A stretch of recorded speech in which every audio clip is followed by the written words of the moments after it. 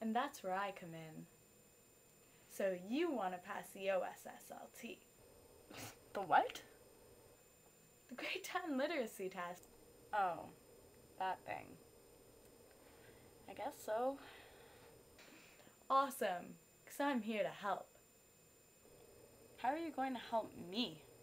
Well, first, let me tell you what's on it. You will be tested on your ability to demonstrate your reading skills. Like understanding explicitly stated information and ideas. Understanding implicitly stated information and ideas.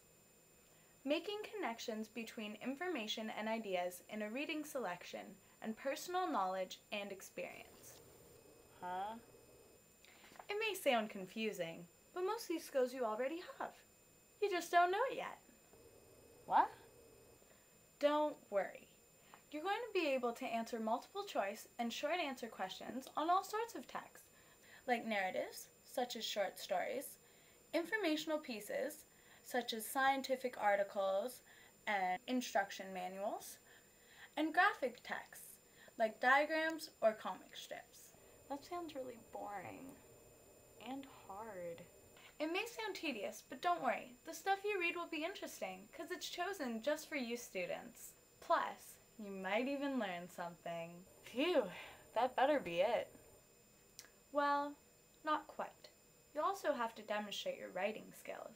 Like what? Using capital letters? No, there's much more to it than that. But like I said before, most of the stuff you already know. You just don't know it yet. You have to be able to 1. Develop a main idea with sufficient supporting details.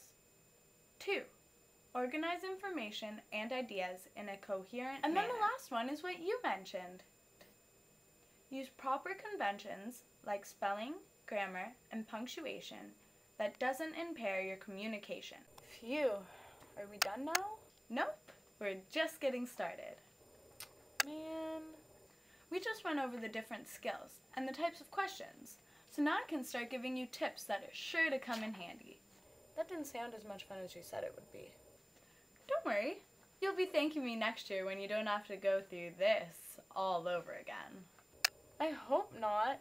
The first thing that you should remember to do when answering any question is to restate the question. Students who take part of the question and rewrite it in their answer score higher. For example, if the question was, how could Smith's energy be friendlier to the environment? You could answer by starting with, Smith's energy could be friendlier to the environment if... Secondly, don't use slang. Using slang words and phrases will lower your score. An example of slang that shouldn't be used would be, this idea to help the dolphins in the Amazon River is really bomb.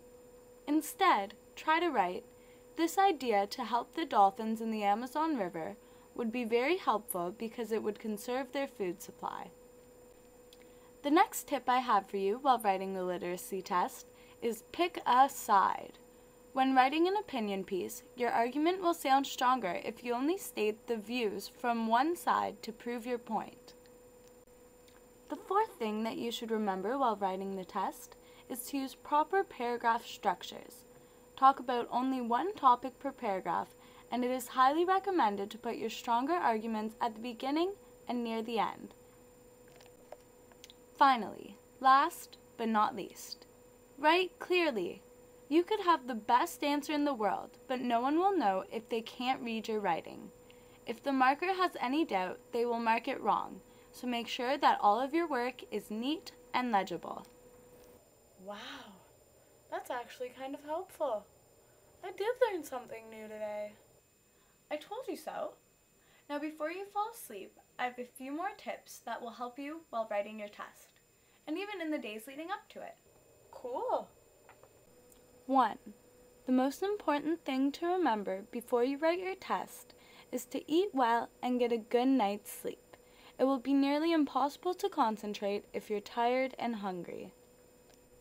Read, read, read. Find an interesting book about love or adventure, or even a cool article in the newspaper, and just read it. The more stuff that you've seen written, the more naturally writing will come to you. Number 3.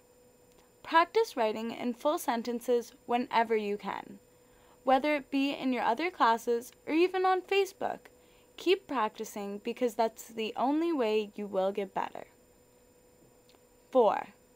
When you're reading the text on the literacy test, pick out key ideas and important points so you know what the piece is focusing on. 5. Use this main information to make rough notes so it will be easier to write out long answers. 6. Skip the questions that you find tricky and go back to them later. This will give you more time to think about those hard ones once you've answered everything else that you're sure that you know. Just make sure that you remember to go back to them. Number 7. And remember, reread what you wrote and make as many corrections as you need to. Don't worry, marks aren't taken off for things that are crossed out. Gee, thanks. I actually think I have a shot at this now. As long as you try your best and remember the tips I gave you, I'm sure you'll be just fine. Thanks, teacher. No problem.